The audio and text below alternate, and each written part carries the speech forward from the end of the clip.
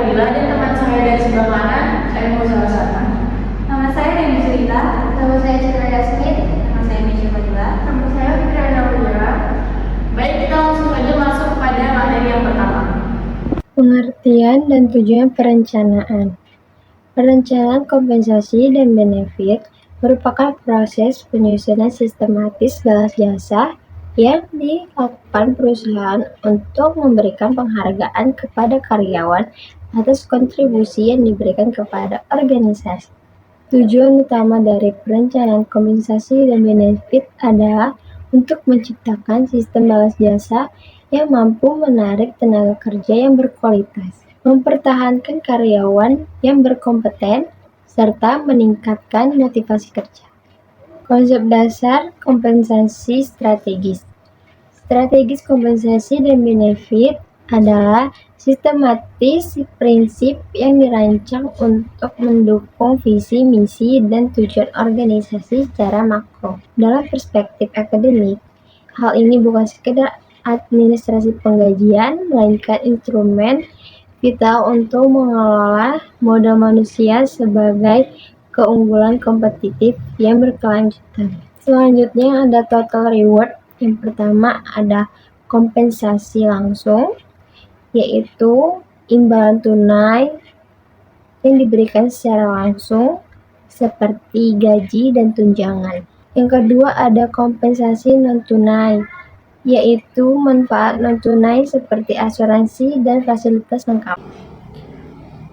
Keadilan dan motivasi. Keadilan merupakan salah satu prinsip utama dalam perencanaan kompensasi dan benefit karena berkaitan langsung dengan persepsi karyawan terhadap penghargaan yang diterima. Keadilan tidak hanya dilihat dari besarnya gaji, tetapi juga dari kesesuaian antara beban kerja, tanggung jawab, kontribusi, dan balas jasa yang diberikan perusahaan. Motivasi kerja merupakan dorongan yang membuat seseorang mau bekerja dengan bersungguh-sungguh untuk mencapai tujuan tertentu. Kompensasi tidak hanya berfungsi sebagai balas jasa ekonomi, tetapi juga sebagai alat psikologis yang dapat mendorong semangat dan komitmen kerja. Keadilan dan motivasi. Keadilan internal, evaluasi jabatan secara sistematis untuk menentukan hierarki pekerjaan di organisasi. Keadilan individu, membedakan imbalan berdasarkan kinerja, senioritas yang dimiliki. Menurut John Stacy Adams, motivasi adalah hasil dari rasio perbandingan antara input dan output means yang dirasakan secara adil.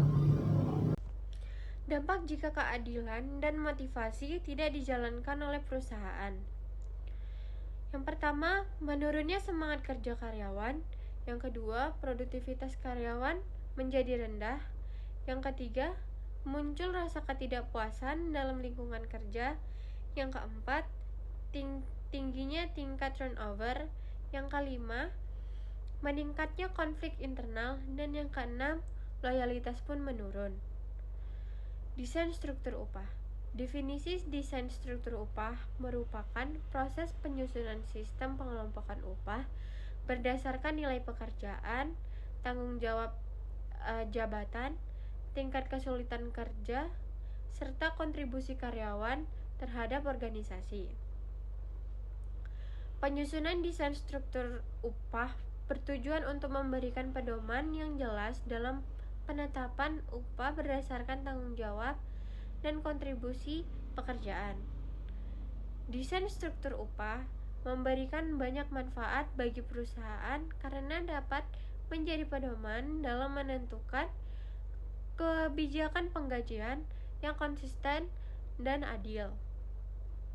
Baik, selanjutnya kita masuk kepada unsur-unsur desain struktur upah. Yang pertama itu ada job evaluation. Evaluasi jabatan adalah proses menilai relatif suatu pekerjaan berdasarkan tanggung jawab, tingkat kesulitan, keterampilan, dan kontribusinya terhadap perusahaan. Selanjutnya ada grading jabatan.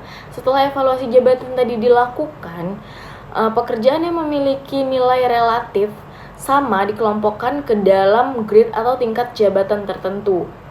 Selanjutnya ada pay range atau skala upah. Ini adalah tentang gaji minimum hingga maksimum dalam setiap grade jabatan. Selanjutnya ada struktur tingkat upah. Unsur ini menunjukkan hubungan antara grade jabatan dari level yang terendah hingga level yang paling tinggi. Selanjutnya upah minimum dan kepatuhan regulasi. Nah, dalam desain struktur upah, perusahaan harus mempertimbangkan ketentuan hukum seperti UMP atau UMKM, ketenagakerjaan dan regulasi pemerintah. Selanjutnya keadilan internal. Keadilan internal berarti adanya kesesuaian upah antar jabatan di dalam perusahaan berdasarkan kontribusi dan tanggung jawab. Selanjutnya keadilan eksternal. Keadilan eksternal ini membandingkan upah perusahaan dengan upah di pasar tenaga kerja atau perusahaan yang lainnya. Nah, selanjutnya yang terakhir itu ada sistem kinerja. Ini desain struktur upah modern seringkali mempertimbangkan kinerja sebagai unsur tambahan dalam penentuan penghasilan. Baiklah, di sini ada regulasi dan kepatuhan. Dalam perencanaan strategi kompensasi dan benefit, regulasi dan kepatuhan merupakan aspek yang sangat penting karena kebijakan kompensasi tidak dapat disusun hanya berdasarkan dengan kebijakan perusahaan atau kondisi pasar, tetapi juga harus memperhatikan aturan hukum yang berlaku.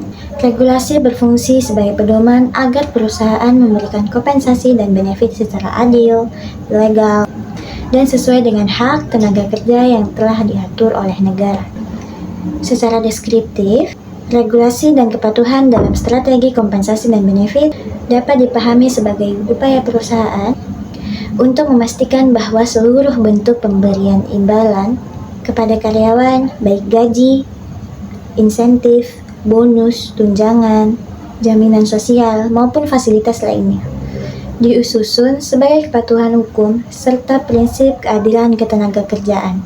Hal ini penting karena kompensasi bukan hanya alat untuk menarik dan mempertahankan karyawan, tetapi juga merupakan bagian dari tanggung jawab perusahaan terhadap kesejahteraan tenaga kerja. Dalam praktiknya, strategi kompensasi yang tidak memperhatikan regulasi dapat menimbulkan berbagai masalah, seperti sengketa hubungan industrial, tuntutan hukum, penurunan motivasi kerja, hingga kerusakan reputasi perusahaan.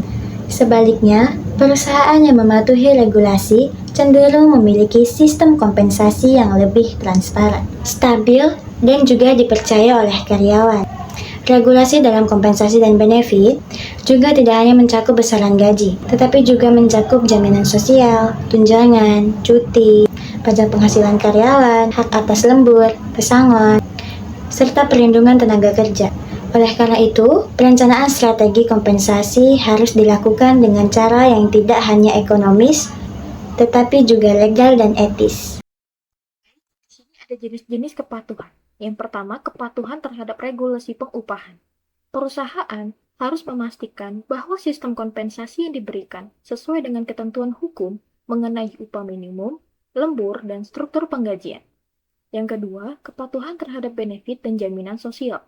Strategi benefit perusahaan harus memperhatikan kewajiban pemberian perlindungan sosial seperti BPJS Kesehatan, BPJS Ketenagakerjaan, jaminan kecelakaan kerja, dan juga program perlindungan lainnya.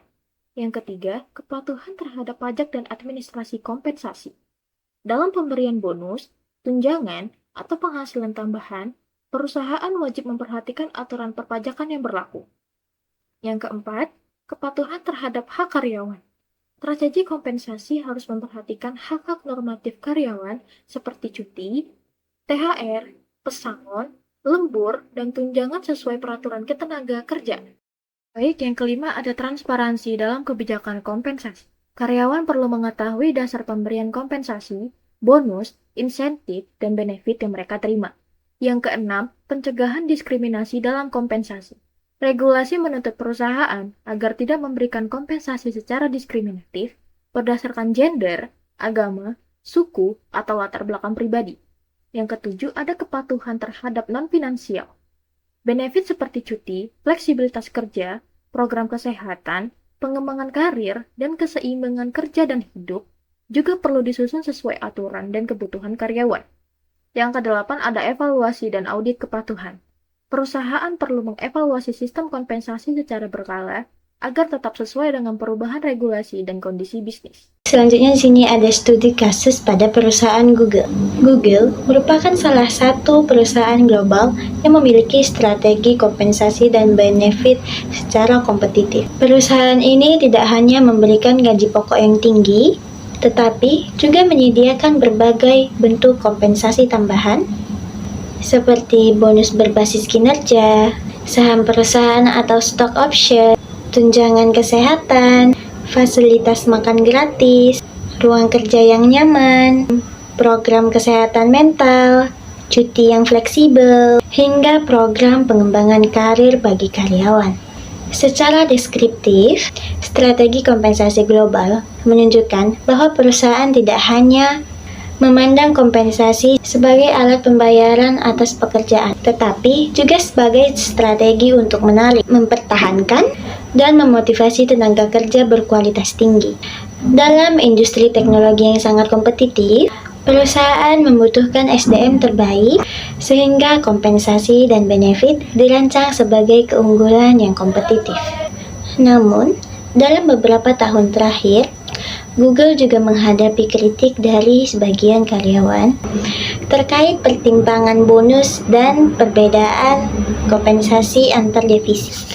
Beberapa karyawan menilai bahwa sistem bonus tidak selalu mencerminkan kontribusi individu secara adil. Hal ini menunjukkan bahwa meskipun perusahaan memiliki sistem kompensasi yang besar dan modern, tantangan utama tetap ada pada aspek keadilan, transparansi, dan persepsi karyawan terhadap sistem tersebut. Dari kasus ini, dapat dianalisis bahwa strategi kompensasi yang efektif tidak cukup hanya memberikan gaji yang tinggi, tetapi juga harus memperhatikan keadilan internal, komunikasi yang transparan, serta keseimbangan antara kompensasi finansial dan benefit non-finansial. Baik, di sini ada poin penting pembahasan studi kasus pada perusahaan Google. Yang pertama ada kompensasi sebagai strategi menarik talenta. Google menggunakan gaji tinggi dan benefit yang menarik untuk merekrut tenaga kerja terbaik. Yang kedua, benefit non-finansial sangat berpengaruh. Fasilitas kesehatan, lingkungan kerja yang nyaman, dan fleksibilitas kerja menjadi bagian penting dari strategi benefit Google. Yang ketiga, tantangan keadilan dalam kompensasi. Walaupun kompensasi tinggi, tetap muncul kritik ketika karyawan merasa bonus atau penghargaan tidak dibagikan secara adil. Yang keempat, transparansi menjadi faktor penting. Karyawan ingin memahami dasar penentuan bonus dan penghargaan yang mereka terima. Baik, selanjutnya ada kesimpulan dan saran. Kesimpulannya adalah perencanaan strategi kompensasi dan benefit merupakan bagian penting dalam manajemen sumber daya manusia karena berfungsi untuk mengatur pemberian balas jasa secara adil, kompetitif, dan sesuai dengan tujuan perusahaan. Kompensasi yang dirancang dengan baik tidak hanya berorientasi pada pemberian gaji, tetapi juga mempertimbangkan aspek motivasi, keadilan, produktivitas, retensi karyawan, serta kepatuhan terhadap regulasi yang berlaku. Selain itu, benefit yang tepat dapat meningkatkan kesejahteraan karyawan dan menciptakan hubungan kerja yang lebih harmonis. Dengan demikian, strategi kompensasi dan benefit yang efektif akan memberikan dampak positif bagi perusahaan maupun karyawan secara berkelanjutan. Selanjutnya ada saran. Perusahaan perlu merancang sistem kompensasi dan benefit secara terencana, adil, dan sesuai dengan kemampuan organisasi agar dapat meningkatkan motivasi serta kinerja karyawan. Selain itu, perusahaan juga harus memperhatikan regulasi ketenagakerjaan dan melakukan evaluasi secara berkala agar sistem yang diterapkan tetap relevan dengan kondisi bisnis dan kebutuhan tenaga kerja. Bagi mahasiswa, pemahaman mengenai strategi kompensasi dan benefit perlu dikembangkan sebagai bekal dalam memahami praktik manajemen sumber daya manusia di dunia kerja secara nyata. Baik, itu tadi presentasi dari kelompok kami. Kami ucapkan terima kasih dan mohon maaf bila ada kekurangan atau kesalahan. Kami akhiri.